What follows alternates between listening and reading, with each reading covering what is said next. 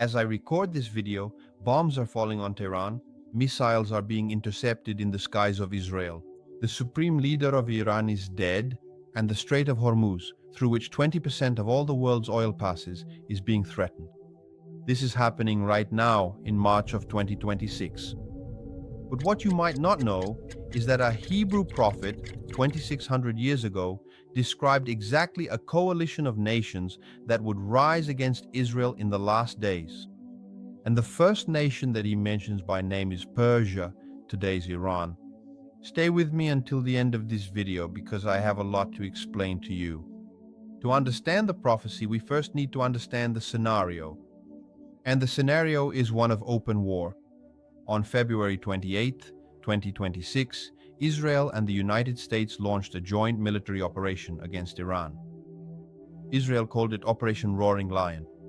The Americans called it Operation Epic Fury. The attacks hit Tehran, Isfahan, Qom, Karaj, and Kermanshah. The stated goal of both countries was clear: regime change. Notice this detail. President Trump himself posted an 8-minute video saying the purpose was to eliminate the Iranian threat for good. And this operation resulted in the death of the supreme leader, Ali Khamenei, whose complex was completely destroyed. His wife died days later from her injuries.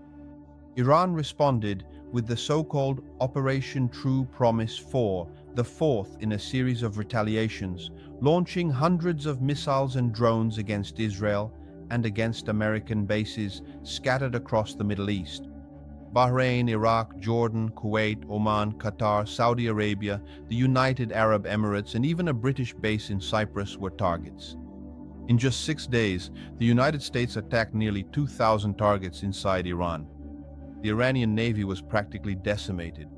An American submarine sank an Iranian frigate in the Indian Ocean off the coast of Sri Lanka. An Israeli fighter jet shot down an Iranian jet in what was described as the first piloted aerial combat in decades. And this is where things get prophetically interesting. All of this began just a few days before the Jewish holiday of Purim, celebrated between March 2nd and 3rd. Purim, for those who don't know, is precisely the holiday that celebrates the liberation of the Jewish people from an extermination plot hatched in ancient Persia, today's Iran. Coincidence? I honestly don't believe it. Now let's see what the prophecy of Ezekiel 38 says. Now let's open the Bible, because this is where the most impressive thing of all this lies. The prophet Ezekiel wrote around 586 BC during the Babylonian exile. Israel had been destroyed, the temple razed, the people scattered. And in this moment of total desolation, God gives Ezekiel a vision of something that would happen far, far in the future. Ezekiel chapter 38 verses 1 to 6 says the following. The word of the Lord came to Ezekiel, saying that he should prophesy against Gog of the land of Magog, the prince of Rosh, Meshech and Tubal. God says he will put hooks in the jaws of this leader and bring him with all his army, horses, horsemen, all perfectly equipped, a great company with shields and helmets. And then comes verse 5. Pay attention, because this verse is the heart of what we are seeing today. The text says Persia, Ethiopia, and Libya with them, all with shield and helmet. The first allied nation mentioned in this coalition is Persia. Not Russia, not Turkey. Persia, Iran. And Ezekiel wrote this 2,600 years ago. Now let's identify each member of this coalition, because this is where the biblical text becomes frighteningly precise. Gog of the land of Magog, prince of Rosh, Meshech and Tubal. The vast majority of biblical scholars identify this as modern Russia. Meshech is often associated with Moscow and Tubal with Tobolsk in western Siberia. And the text says that this nation comes from the far north. If you draw a straight line north from Jerusalem, it will stop exactly in Moscow, Persia, Iran. Until 1935, Iran was still officially called Persia. No interpretation needed. It's a direct name. Kush, translated in many versions as Ethiopia, but actually refers to Sudan and the Horn of Africa region. Put Libya and the North African region. Gomer, associated with Central Asia and parts of modern Turkey. Togarma, from the far north, generally identified as Eastern Turkey or the Caucasus region. Now stop and think with me. What is the alliance we are seeing form before our eyes? Russia, Iran, Turkey, North African nations?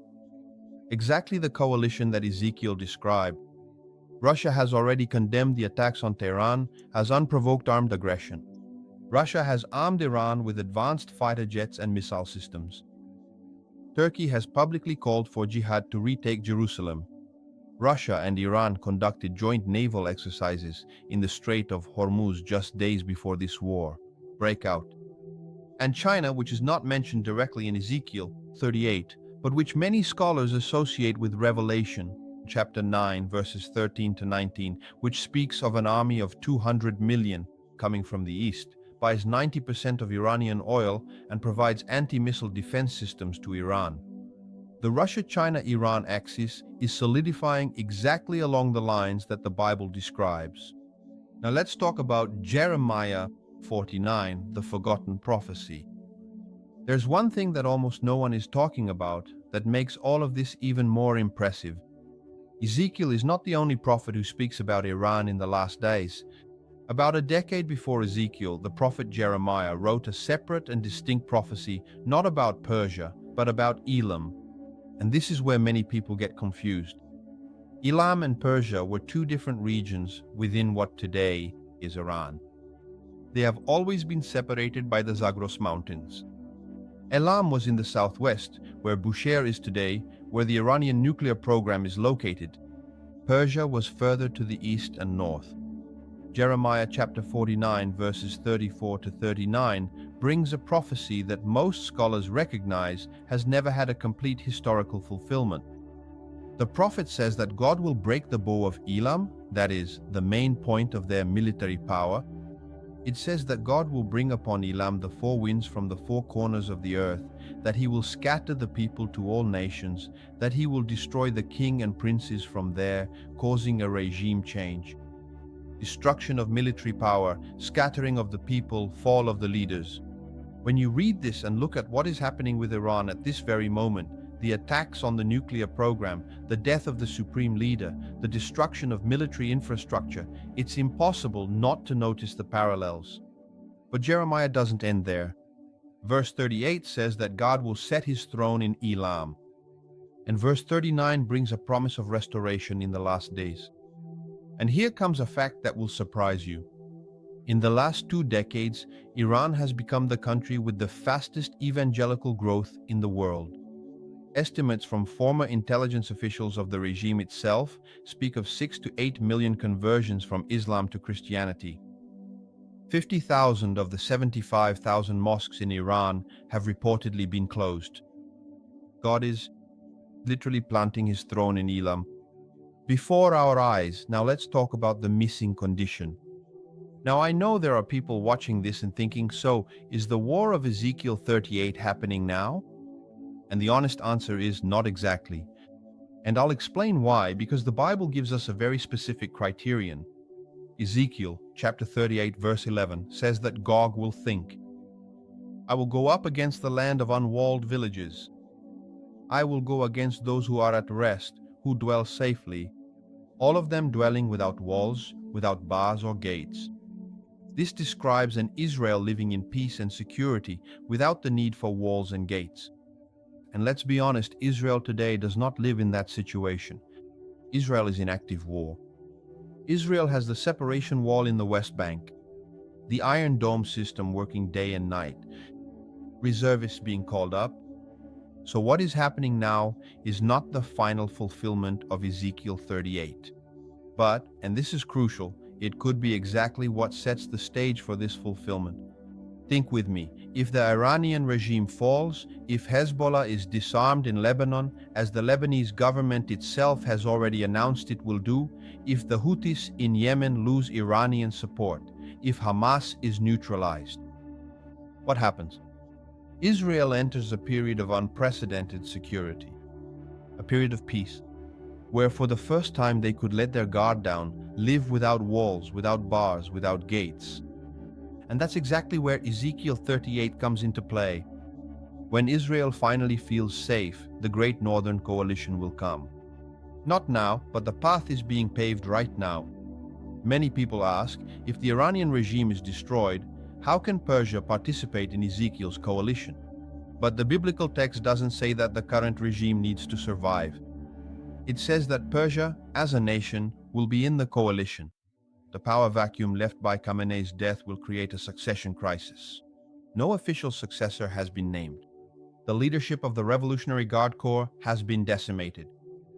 Whatever fills this vacuum could be even worse, a more radical military junta or a regime even more aligned with Russia and China. The prophecy doesn't need the current regime. The prophecy needs Persia to exist as a nation that eventually joins the coalition against Israel. And that hasn't changed 1 millimeter. Now let's talk about the divine purpose.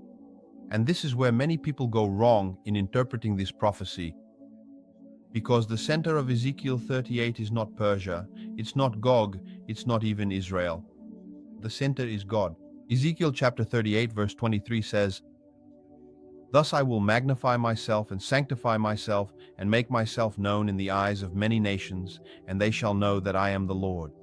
The war described in Ezekiel is not just a geopolitical conflict. It's a stage where God himself intervenes to reveal his holiness and sovereignty to the whole world. Gog comes with strategy, allies, and military force. But in the end, he doesn't face a nation, he faces the Almighty God. And God intervenes in a supernatural way. Ezekiel chapter 38 verses 19 to 22 describes a great earthquake, torrential rain, great hailstones, fire, and brimstone. The entire coalition is destroyed not by Israeli missiles, not by American technology, but by the hand of God. When Ezekiel received this vision, Israel was in exile, apparently defeated, vulnerable. And even at that moment, the Lord was already declaring the end from the beginning. This truth continues to speak today. No matter how uncertain the present seems, the future remains under divine authority. And here I want to be very transparent with you. I'm not here to sell you panic. I'm not here to say the world will end tomorrow, but I'm here to tell you that the scriptures are being fulfilled before our eyes at a level of detail that's impossible to ignore. Think about the sequence of what has happened just in the last few decades. Israel was restored as a nation in 1948, after almost 2,000 years of not existing on the map. Jerusalem returned to Israeli control in 1967. Hebrew, a dead language, was resurrected and is spoken by millions again. The Jews are returning from all the nations of the earth to the promised land, exactly as Ezekiel chapter 36 verses 24 to 28 prophesied.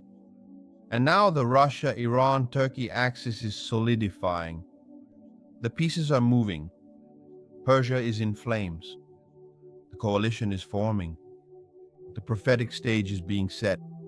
And we are watching all of this in real time on our cell phones, on our screens, with updates every minute. The prophet Daniel wrote in chapter 12, verse 4, that in the end, time's knowledge would increase and many would run to and fro. Never before in human history have we had so much access to information, so much ability to verify prophecies in real time. And this is not by chance. If this video made sense to you, I need you to do 3 things now. First, leave a like. This helps YouTube deliver this content to more people who need to hear it. Second, subscribe to the channel and hit the bell, because I will continue to follow these events in the light of biblical prophecy. And third, and this is the most important, share this video with someone who needs to understand what is happening in the world in light of the Word of God. The times are urgent, the message is clear, and the Bible does not fail. See you in the next video. May God bless you and your family.